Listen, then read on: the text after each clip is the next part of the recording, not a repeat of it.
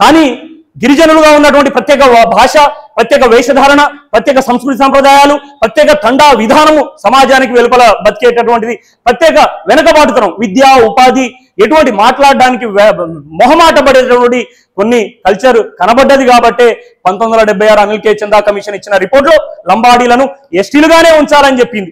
ఎక్కడ రాజ్యాంగంలో వీళ్ళని ఇలా ఉంచాలి, వాళ్ళని అలా ఉంచాలి, పుట్టుకతోనే ఆదివాసులు ఎస్టీలు అని చెప్పేసి. రామ్జీ గోండ్ ఎవరండి? బీసీలో ఉన్నారు.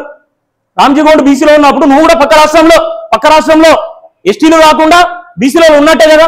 రామ్జీ గోండ్ ఎవరు? ఆదివాసీ నాయకుడే కదా. ఆదివాసీ నాయకుడే బీసీ కనబడుతుంది నీకు.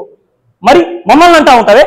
ఒక్కొక్క రాష్ట్రంలో అక్కడున్నటువంటి ఆర్థిక, సాంఘిక, సోషల్ ఉన్నటువంటి పరిస్థితుల మేరకే ఆయా రాష్ట్ర ప్రభుత్వాలకు రాజ్యాంగం ఇచ్చినటువంటి హక్కుల ద్వారానే వారిని చేర్చడం జరుగుతుంది. ప్రొసీజర్ ఫాలో అవ్వద్దని చెప్పేసి, కాలేదు అని చెప్పేసి, అరే ప్రొసీజర్ 1950లోనే లంబాడీల విషయంలో, ఎరకల యానాదుల విషయంలో ఫాలో అయింది. కాబట్టి చరిత్ర తెలుసుకొని మాట్లాడాలి. తప్పకుండా